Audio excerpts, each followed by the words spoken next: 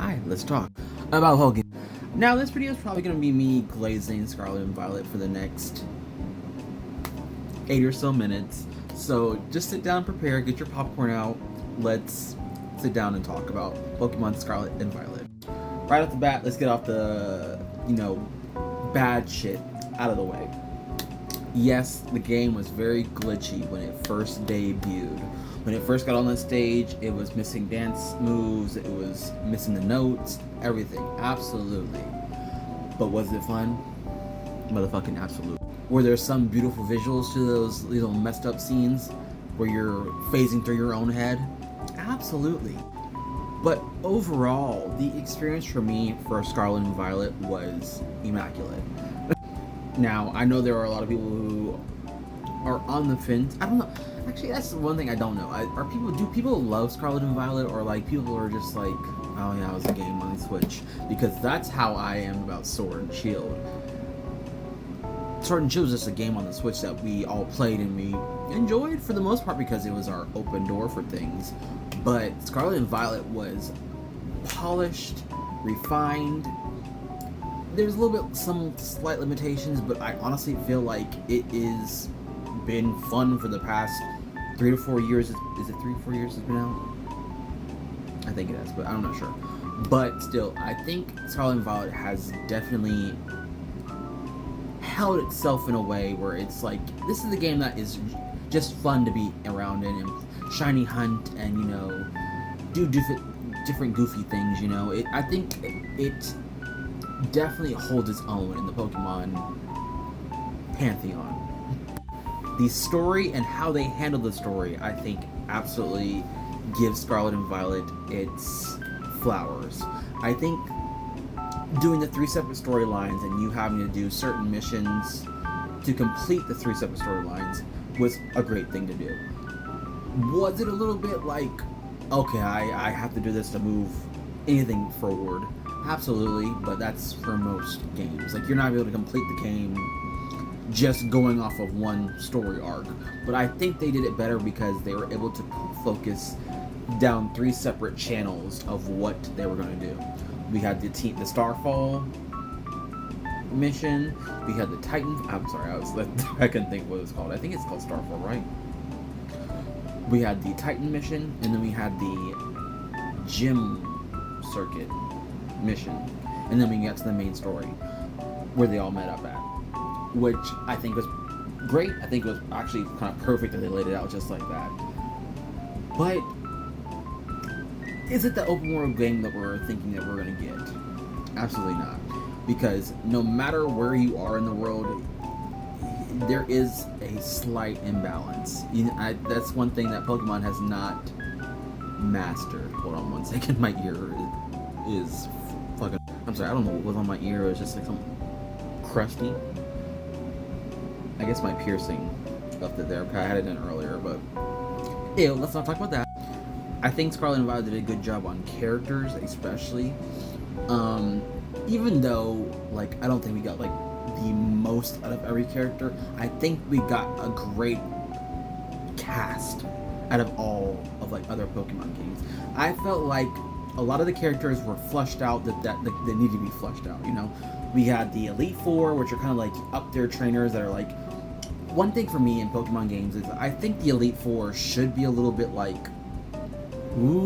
in the background, but they shouldn't be up front, hey, this is what, and you used to be a gym leader that you fought already, so you know what to expect already, like Acerola and Sun and Moon. And there were no gym leaders in Sun and Moon, but still, I feel like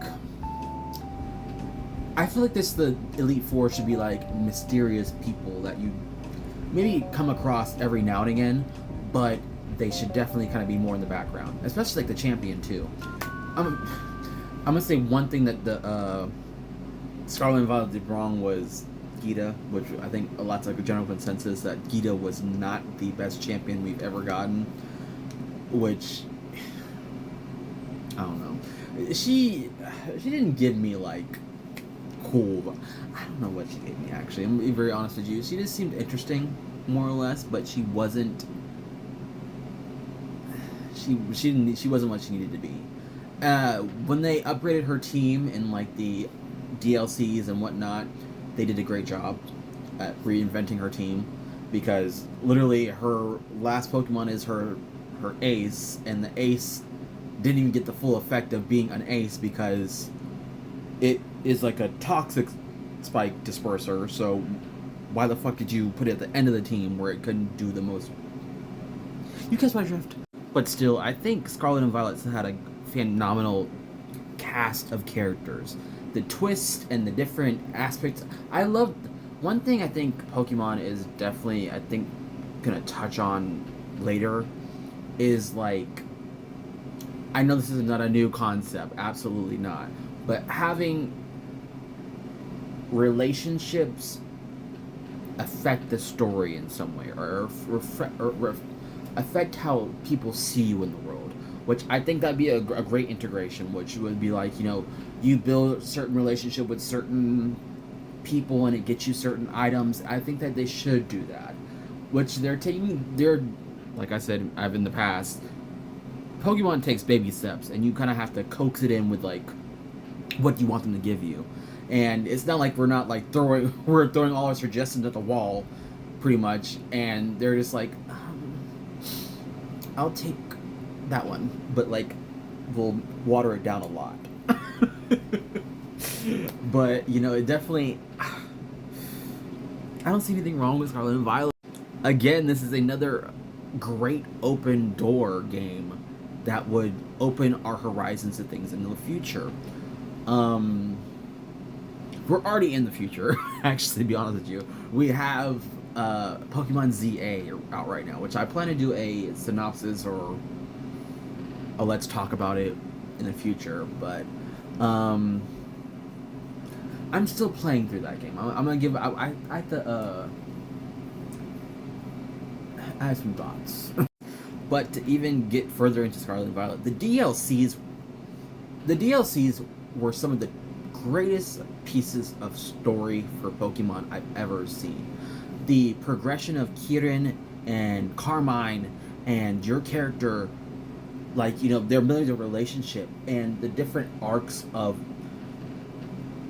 the shit they went through, and like I think Kirin is the best representation of character growth. Like literally, like not all character growth happens in front of you, but definitely he was the best demonstration of character growth that was in the wrong way. Like it was everything wrong what you like aspire to be, like everything. It was. Oh my god! All I can do is like think about like the inner workings of it. You go to Kitakami and you're put into this little. Is it a region? I'm going to call it like a demi region, but you go into Kitakami and you meet these two kids, and they're one's shy and one's a little bit more like loud, and then you befriend the shy one who loves that you're their friend and that you gave them the time of the day and like be their person that they want to be safe with.